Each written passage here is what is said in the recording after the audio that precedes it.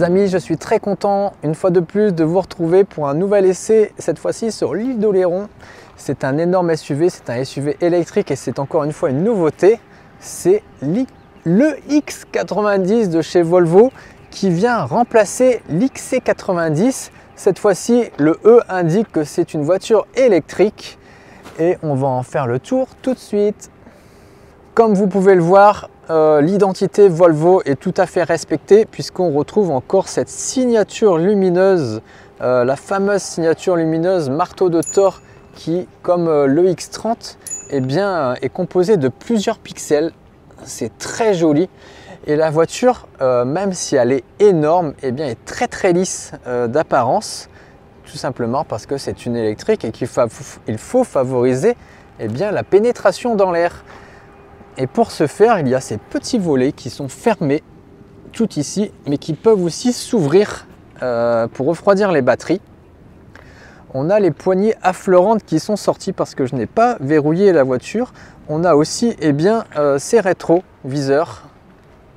Vous allez le voir, ils n'ont pas de bord, ils sont très fins. Et ici, on a les caméras qui sont juste en dessous. Caméra pour la vision à 360 degrés.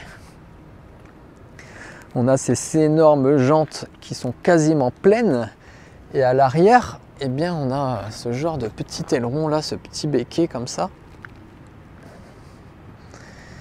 Et comme il pleut aujourd'hui, je peux vous dire que ça soulève énormément d'eau sur l'autoroute. Preuve que le travail aérodynamique est conséquent. Ce n'est pas une version taxi de l'EX90 que j'essaie aujourd'hui. Ce petit appendice qui dans le communiqué de presse nous dit que c'est parfaitement intégré alors que ça ressemble vraiment à une verrue, c'est un lidar, c'est un laser qui permet de lire la route. Et dernière petite chose aérodynamique et intéressante, regardez où sont les essuie-glaces. Ils sont cachés. Ils sont cachés juste ici et ils ne sortent qu'en cas de nécessité. Ce qui permet d'améliorer grandement l'aérodynamique de la voiture. Chose intéressante, il n'y a plus de clé pour ouvrir ce Volvo. C'est une petite carte. Et regardez, là la voiture est fermée. Et voilà, c'est ouvert, la poignée sort et on peut rentrer.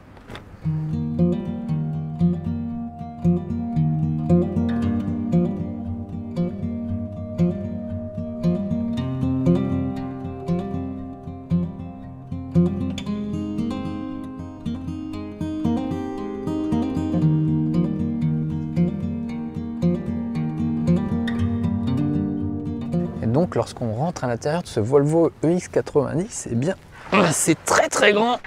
La voiture nous dit bonjour. Je pose la carte sur son emplacement ici et pied sur le frein. Et il suffit de passer ici le rapport sur ce petit levier. Les choses qui sautent aux yeux, c'est qu'il n'y a quasiment plus de boutons. Tout se regroupe encore une fois sur l'écran. C'est un petit peu à la mode chez toutes les marques. Regardez, là je suis sur le menu. J'ai les applications qui apparaissent ici. J'ai aussi la boîte à gants qui était électrique, chose surprenante. Et lorsque je roule, ce bouton disparaît dans un autre menu. Bon, pour la refermer, c'est mécanique. Et j'ai un mobilier qui est vraiment très joli. J'ai aussi les haut-parleurs Bose, il y en a 14 dans l'habitacle. Il y a l'option pour avoir les Bowers & Walkings et là c'est 25 haut-parleurs et je crois plus de 1000 watts de son, c'est énorme. J'ai aussi ce petit écran 9 pouces qui est face à moi, qui permet d'avoir l'autonomie, la vitesse, etc. et qui est solidaire de la colonne de direction. Alors, je n'ai pas de bouton non plus pour le régler, je n'ai pas de bouton non plus pour régler les rétroviseurs. Tout se passe encore une fois au tableau de bord et vous allez voir, je vais le retrouver. C'est réglage conducteur. Là, ça permet de régler les rétroviseurs. Le volant, l'affichage tête haute. Et pour régler le volant, ça se passe ici. Et soit je la baisse, soit je le monte. Et là, ça sert à quoi? La profondeur. Il était déjà sorti à fond. Je vais le ressortir à fond. Et voilà, je quitte le menu, je repars ici. La caméra 360, c'est aussi intéressant. J'ai une vue 3D du véhicule dans son environnement. Et lorsqu'il pleut comme ici, ça a tendance à un petit peu flouter bien la caméra.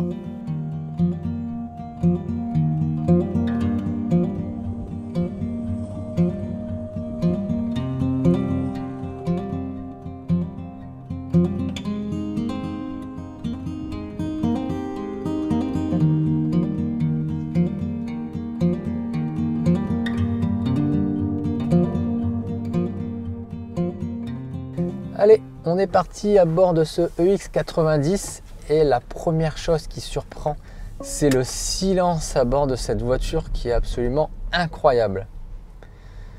Le XC90 était déjà très silencieux, et bien les ingénieurs de chez Volvo ont réussi à baisser le son général de l'habitacle de plus de 5 décibels. 5 décibels, c'est énorme. On a des fenêtres en verre feuilleté, c'est-à-dire que si quelqu'un vous parle à la fenêtre, on ne l'entend pas. Ça, c'est incroyable. Et aujourd'hui, il ne fait pas très beau. Et pourtant, la voiture est extra silencieuse. Au niveau des sensations de conduite, eh bien, c'est très doux. C'est-à-dire qu'on est sur un petit tapis volant, c'est un vaisseau suédois. On ne ressent pas les vagues de la route du tout. Même si ça reste encore un petit peu ferme, eh bien, on est déconnecté de la route. On passe les dos d'âne, on passe les nids de poules avec une facilité déconcertante. Tout a été misé sur le confort. Et la consommation que j'aurais cru un petit peu plus faible puisqu'elle s'établit quand même à plus de 20 kW. Je pensais faire un petit peu moins parce qu'on a fait attention, mais non, 20 kW de moyenne.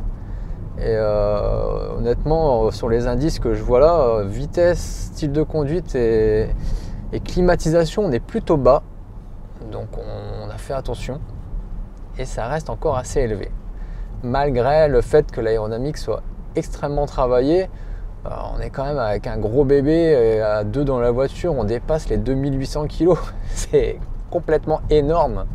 Le revers de la médaille, c'est que lorsqu'on a une voiture qui est extrêmement silencieuse comme ça, si vous avez un sac de course ou quelque chose qui fait un petit peu de bruit dans la voiture, eh bien vous allez énormément l'entendre. Ça va attirer votre oreille. Un autre inconvénient, c'est-à-dire que la voiture est tellement confortable, c'est qu'on ne la sent pas accélérer. Et bien souvent sur l'affichage tête haute, il me dit attention, vous avez dépassé la vitesse limite, et tout est tellement doux et facile à conduire que eh bien, il faut faire attention à combien on est. Et là, je rentre dans une agglomération où je dois être à 30 km/h. Et là, dos d'âne,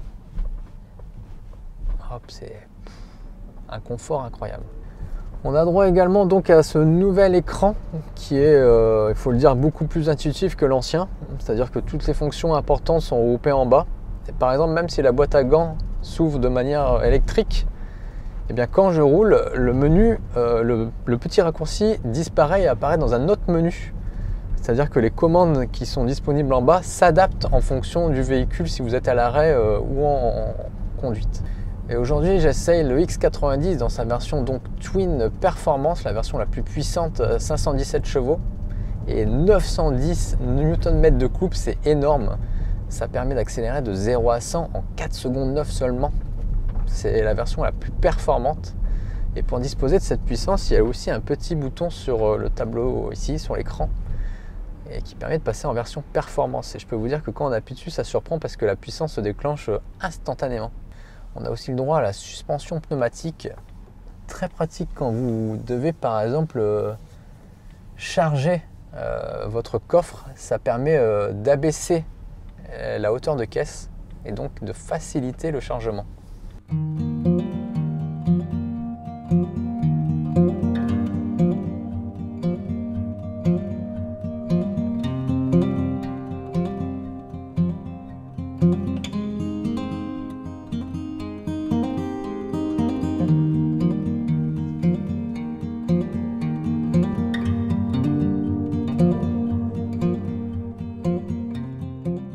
C'est incroyable comme ce Volvo EX90 est confortable.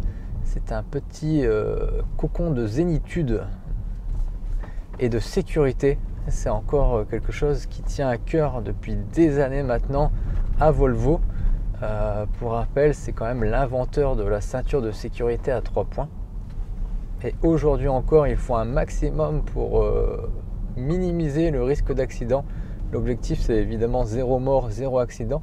Et grâce à tous les capteurs qui sont autour de la voiture, eh bien la voiture est capable de freiner, d'éviter les obstacles et même maintenant d'éviter d'avoir une rayure, de taper un poteau par exemple.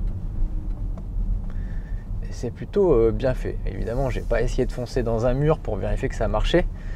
Je leur fais entièrement confiance.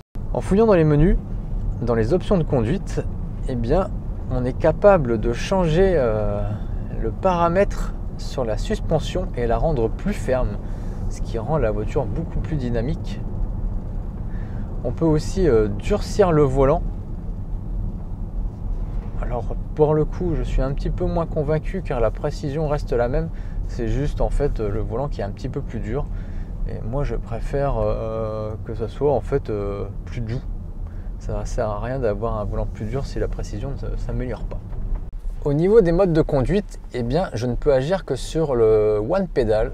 Soit je décide de le laisser en roue libre, soit il y a un one pedal auto, mais que je ne trouve pas très agréable parce qu'on ne sait jamais la réaction que va avoir la voiture si jamais elle la laisse couler ou alors elle la freine.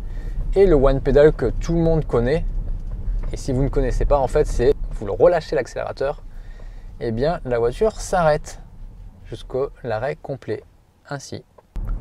Il y a une chose qui est surprenante et qui est un petit peu gênante, c'est ce volant. Regardez, j'ai un espace en dessous et il y a mon doigt qui se glisse. Alors ceux qui ont des petits doigts, attention à ne pas les coincer, hein, faites attention. Sinon on a l'affichage tête haute qui rappelle quelques informations de guidage en plus de l'écran 9 pouces et c'est très bien fait. On a donc 910 Nm de couple et c'est assez impressionnant parce que là je suis en mode performance, c'est à dire que j'ai toute la puissance qui est disponible et dès que je mets pied dedans ça tracte d'une force assez incroyable. On est quasiment propulsé dans le siège.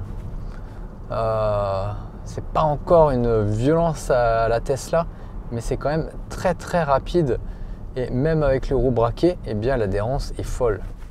Regardez ce qu'on vient de trouver sur la route, l'ancien XC90 dans une version hybride rechargeable. Et comme ça nous permet de comparer la taille des deux véhicules.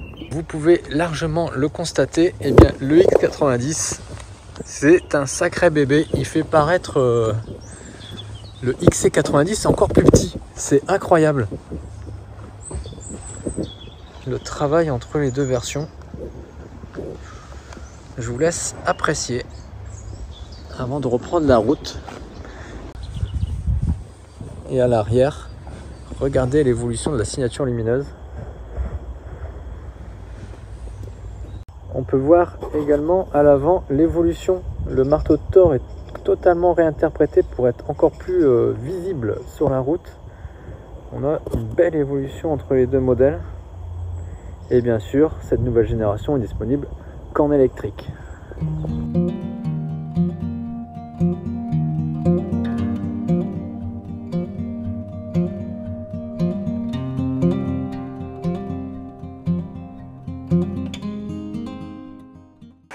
Alors ici on voit qu'on a la version Twin Performance qui est la plus puissante et il y a un petit détail que je n'aime pas non plus, eh bien c'est que pour ouvrir le coffre, si je suis en manuel, eh bien je m'en fous plein les pattes, c'est dégueulasse. Et le coffre, vous voyez, on a largement la place. Et ici j'ai les petites commandes électroniques par exemple, eh bien ça m'apaise le siège automatiquement et ça me le remonte même.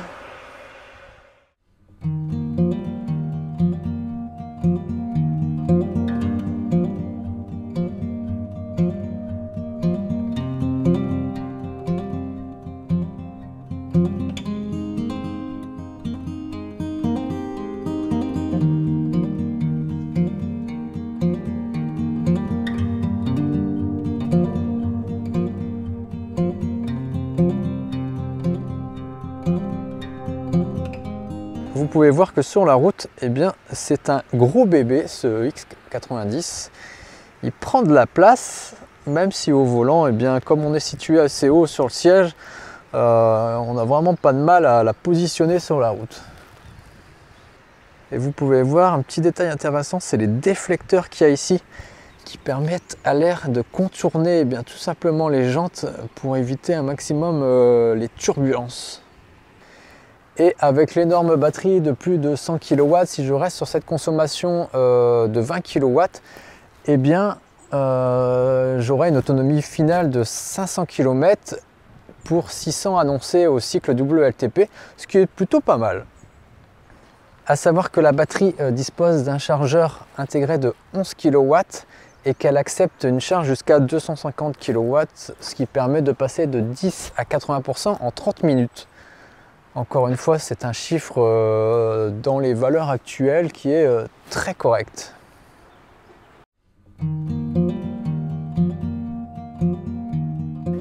Les amis, voilà, l'essai touche à sa fin.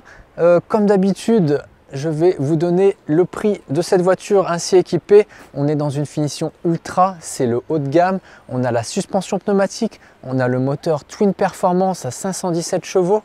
Eh bien, le prix annoncé est à 117 500 €. C'est un tarif conséquent, mais là, vous avez vraiment, en termes de confort, du très haut de gamme. Dites-moi ce que vous pensez en commentaire de cette voiture. N'hésitez pas à vous abonner à la chaîne, à donner de la force, à commenter. Et on se dit à très vite pour de nouvelles vidéos. Allez, ciao!